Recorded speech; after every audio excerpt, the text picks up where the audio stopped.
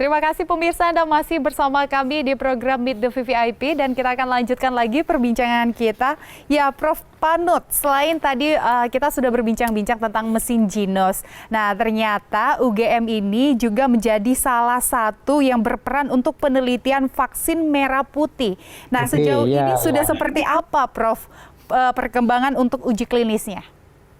Iya, sebetulnya kalau vaksin merah putih itu memang kan tahapnya itu masih tahap awal begitu ya, Mbak Gismi, sehingga memang belum banyak kemajuan terkait dengan penelitian ini, tetapi bahwa pemerintah itu betul-betul menginginkan bahwa kita harus bisa membuat vaksin sendiri karena jelas ke depan kebutuhan vaksin ini kan masih banyak dan diperkirakan waktunya kan juga masih panjang begitu ya. Artinya orang itu tidak hanya selesai divaksin 2 kali lalu imun selamanya, tetapi nanti harus ada pengulangan vaksinasi secara periodik begitu. Sehingga memang kita harus berusaha sekuat tenaga agar Indonesia juga bisa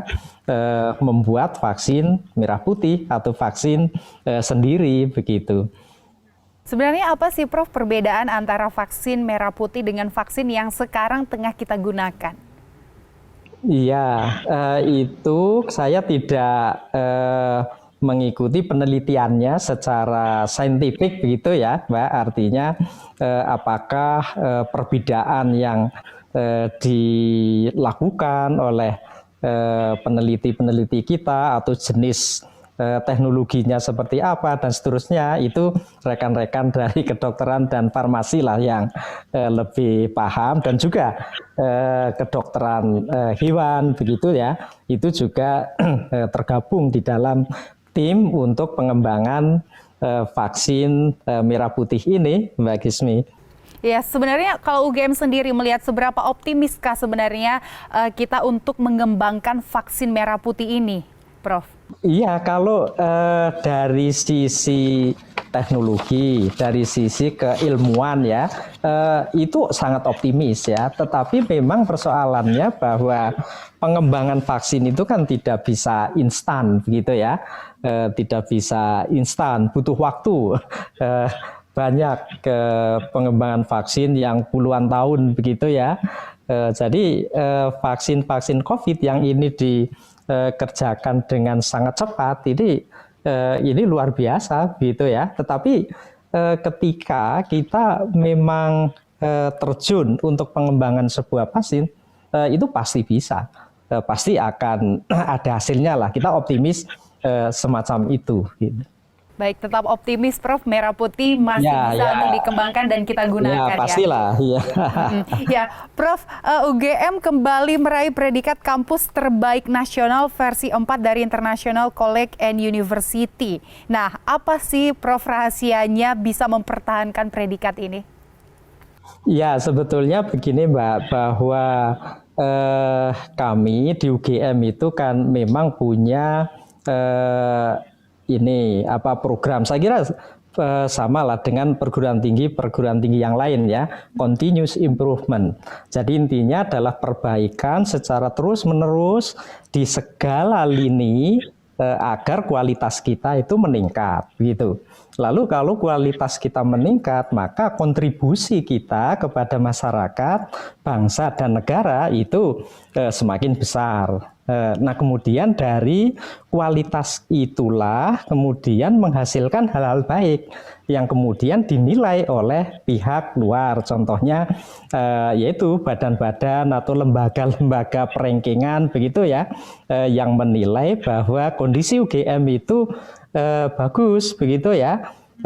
Lalu skornya sekian dan kalau dibandingkan dengan yang lain posisinya pas di atas atau di atas begitu ya. Jadi kiat kami itu sebetulnya adalah memang continuous improvement, perbaikan di segala bidang yang akan membuat UGM itu lebih berkontribusi kepada masyarakat, bangsa dan negara. Dan ini yang terus kami dengungkan kepada Sivitas Universitas Gadjah Mada untuk ayo kita lakukan perbaikan agar kontribusi kita menjadi lebih baik begitu. Jadi itu hasil saja, hasil atau reward dari sebuah proses perbaikan sebetulnya. Selain proses perbaikan, tadi ada beberapa program yang Profesor sampaikan. Apakah kualitas rektornya juga menjadi salah satu, Prof, rahasia untuk mendapatkan predikat tersebut? Saya kira kalau saya berpikirnya teman-teman saya lah, semua yang hebat-hebat begitu ya, warga UGM itu. Kalau rektor kan hanya seorang diri, tentu nggak bisa apa-apa tanpa beliau-beliau mereka itu. Ya, baik. Ini Profesor juga dipilih menjadi Ketua Umum Pertides Perguruan Tinggi untuk Desa tahun 2021-2024. Nah, ini bisa dijelaskan nggak, Prof, untuk tupoksi dan program dari Pertides ini sendiri? Oh iya, begini Mbak, bahwa memang forum perguruan tinggi untuk desa itu adalah bagaimana kita berkontribusi untuk pengembangan desa, begitu ya. Kita ingin pertumbuhan ekonomi di Indonesia itu tidak ada di kota-kota saja, tetapi juga harus tumbuh di desa-desa begitu. Nah, selama ini kita sudah melakukan banyak hal untuk pengembangan desa melalui KKN tematik, KKN pemberdayaan dan pembelajaran masyarakat begitu ya. Kita menerjunkan mahasiswa mendidik, memberikan kontribusi lah ke masyarakat desa begitu. Nah, sekarang itu kan di desa banyak uang, dana desa begitu ya. Nah, kita harus lebih aktif lagi. Bagaimana agar dana-dana itu betul-betul bisa dimanfaatkan untuk pengembangan desa. Desa memiliki potensi yang luar biasa, alamnya, kemudian budayanya, kemudian juga ada peninggalan-peninggalan sejarahnya, begitu ya.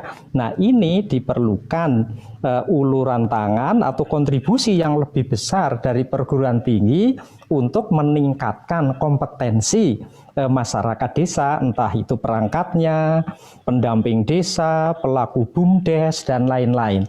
Nah, ini lalu tidak cukup ketika kita berdiri sendiri-sendiri, tetapi harus bersinergi dan terintegrasi programnya. Perguruan tinggi yang satu dengan perguruan tinggi yang lain agar bisa saling menguatkan, bisa saling tidak tumpang tindih, begitu ya. Dan ini yang akan dilakukan oleh Pertides. Juga kemarin Pak Menteri punya ide bagus, dalam arti tidak hanya kita yang masuk ke desa, tetapi bagaimana kalau peningkatan kompetensi pelaku kegiatan di desa itu juga bisa dikembangkan melalui hal-hal yang formal. Misalnya istilah saya adalah desa masuk kampus.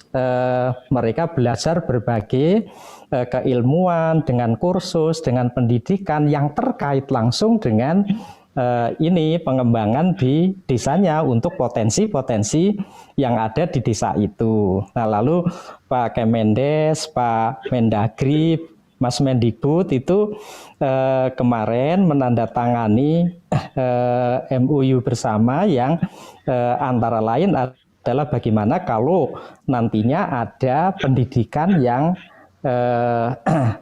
untuk peningkatan kompetensi, tetapi ada peningkatan misalnya yang dari D1 ke D2, D2 ke D3, dan bahkan sampai D4 dan sarjana begitu. Dan nanti kita bisa mendesain programnya, misalnya rekognisi pembelajaran lampau atau hal-hal yang lain. Saya kira Baik. itu programnya. Iya, baik Profesor Panut Mulyono, Rektor Universitas Gadjah Mada. Terima kasih atas informasinya, Prof. Kita juga berharap memang semua lapisan masyarakat bisa merasakan pendidikan ya, Prof. Tidak ada kesenjangan pendidikan lagi. Semua jadi Ya, merata. Dan betul, kita juga Mbak. berharap pandemi ini segera selesai. Dan saya juga bisa berharap wawancarain Profesor Panut dengan langsung. Tidak lagi tatap layar seperti ini ya, Prof. Ya, terima kasih Mbak Baik, terima Gismi. kasih Profesor Panut, sukses selalu, tetap Terima sehat. kasih, sukses selalu Mbak, sehat Ya, selalu. baik, terima kasih. kasih. Dan pemirsa, demikianlah perbincangan kami dengan Rektor Universitas Gadjah Mada, Profesor Panut Mulyono. Dan kami tetap mengingatkan kepada Anda untuk selalu menerapkan protokol 5M. Saya Gesmi Sitanggang, beserta tim yang bertugas pamit undur diri. Terima kasih atas perhatian Anda dan sampai jumpa.